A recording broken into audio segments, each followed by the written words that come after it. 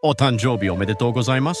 Isto é japonês para parabéns. O Observador faz 12 anos e, em vez de bolo, oferecemos uma visita ao Japão com a Pinto Lopes Viagens. Assine por apenas 39,90€ e habilite-se a ganhar. 12 anos a escrutinar o poder, 12 mil quilómetros para celebrar. Assine hoje em observador.pt. Arigatou. Observador, são 9 horas.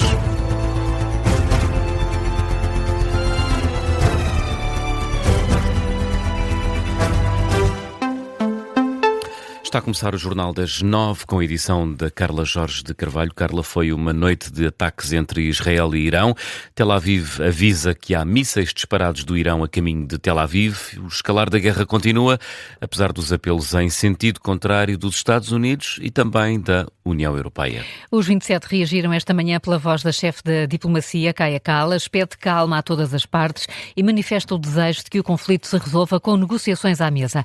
Antes disso, reagiu Donald Trump, pedindo que Israel não responda. Em entrevista ao Financial Times, o presidente norte-americano diz que é ele que manda e avisa Netanyahu. Trump diz que haverá um acordo mesmo que o primeiro-ministro israelita não queira. Mas Carlos Pedro, o aviso da Casa Branca, foi ignorado por Tel Aviv. Ainda sem reação a esse pedido, mas certo é que as forças de defesa de Israel confirmaram em comunicado um ataque a instalações petrolíferas no sudoeste do Irão. O aviso deverá continuar a ser ignorado, já que a Al Jazeera avança que por esta altura a rádio do exército israelita confirma que o confronto armado com o Irão deverá durar vários dias. No Irão, por esta altura, tomam-se algumas medidas preventivas. A imprensa iraniana noticia que o aeroporto de Mehrabad, em Teherão, suspendeu temporariamente todos os voos. A mesma fonte dá conta de que o míssil terá atingido uma base militar dos Estados Unidos na Arábia Saudita. O Ministério dos Negócios Estrangeiros do Irão responsabiliza desde logo os Estados Unidos por estes novos ataques. Dizer ainda que o Irão tem o apoio dos Houthis do Iémen, que reivindicaram esta manhã o lançamento de um míssil em direção a Israel sem registro de danos ou vítimas. Ainda assim, os Houthis já avisaram que vão bloquear a navegação israelita no Mar Vermelho.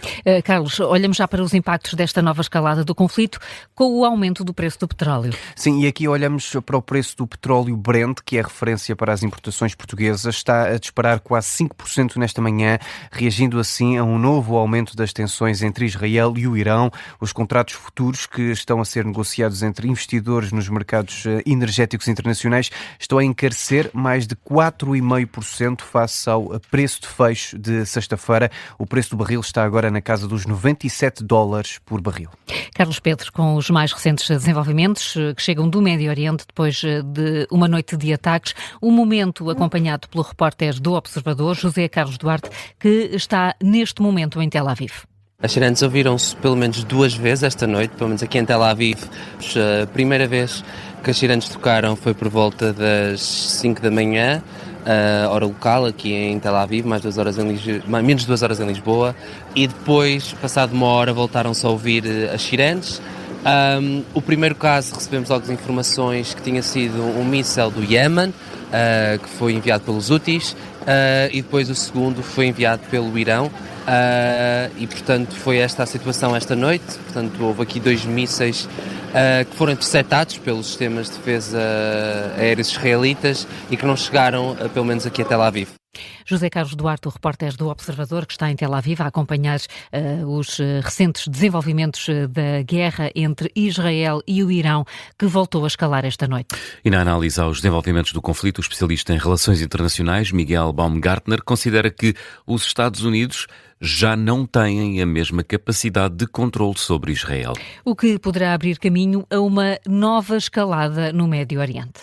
Israel não mais segue as orientações dos Estados Unidos e está a tomar a decisão sozinho. Os Estados Unidos, neste momento, como o país que interveio juntamente com Israel, não mais tem capacidade decisória e não tem capacidade decisória sobre Israel. O que nos traz a ideia de que os próximos dias poderão ser complicados e poderão efetivamente nos trazer uma escalada deste conflito muito maior do que nós poderíamos estar à espera.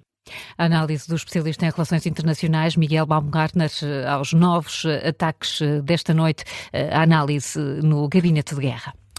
E há pelo menos 15 mortos e cerca de 130 feridos nas Filipinas após um sismo de magnitude 7.8 na escala de Richter que atingiu este país asiático na última noite. Os números são confirmados pelas autoridades. Até ao momento, falamos de um sismo que teve epicentro no mar, a 13 km de Mindanao, no sul das Filipinas. Eram 7h30 da manhã, hora local, 11h30 em Lisboa. Há registro esta manhã de um tsunami para o qual já tinham sido emitidas ordens para a evacuação de várias zonas costeiras das Filipinas. O Centro de Alerta de Tsunamis do Pacífico informou logo após o sismo, que ondas de até 3 metros eram uma possibilidade em algumas zonas.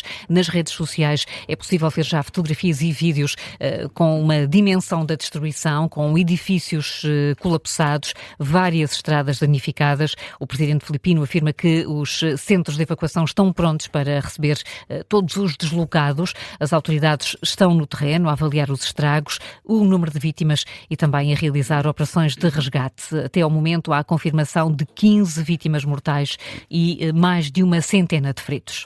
E depois de um ano de investigação, a PSP desmantelou uma rede de tráfico de droga que servia sobretudo famosos. O chamado Uber da droga liderava esta rede com a ajuda de um sócio e com o apoio da própria mãe. Falamos do julgamento da rede de tráfico de droga de Nuno Ricardo, que funcionava na Grande Lisboa. Manteve-se ativa pelo menos entre o verão de 2023 e novembro de 2024. O tribunal deu como provado que esta rede de tráfico controlada por Nuno Ricardo, o sócio e a mãe, tinha vários clientes. Muitos deles eram nomes bastante famosos, como explica o editor de Sociedade do Observador, Pedro Rainho.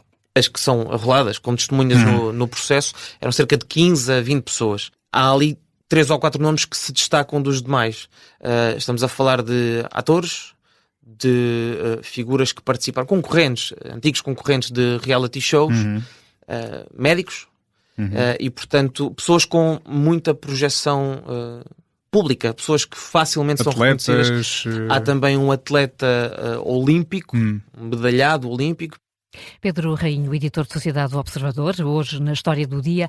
A sentença que levou à condenação deste dealer é pública, foi lida a 28 de maio, em Lisboa, no Campos da Justiça. Nuno Ricardo, o líder desta rede, foi condenado a 5 anos e meio de prisão. É o único que está a cumprir pena efetiva. O sócio, Lionel Nhaga, foi condenado a 4 anos e meio de prisão. A mãe de Nuno Ricardo, a 4 anos e 3 meses. No caso destes 2 réus, o tribunal optou pela pena suspensa.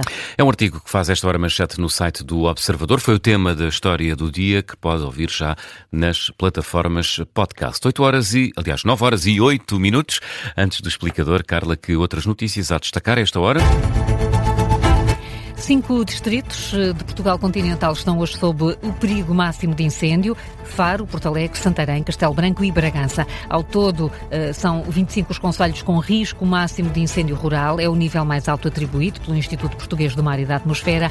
Há ainda vários concelhos com perigo muito elevado. O risco de incêndio rural vai manter-se elevado em algumas regiões, pelo menos até ao final da semana. O Papa Leão XIV discursa na próxima hora no Parlamento espanhol, naquele que é o 3º dia de viagem que está a fazer ao país. Ontem, o líder da Igreja Católica celebrou uma missa no centro de Madrid. Mais de 1 milhão de pessoas assistiram ao momento nas ruas da capital espanhola. José Mourinho vai mesmo deixar o Benfica para treinar o Real Madrid. Florentino Pérez venceu ontem as eleições do clube. No discurso de vitória, falou do regresso de um dos melhores treinadores do mundo ao Santiago Bernabéu.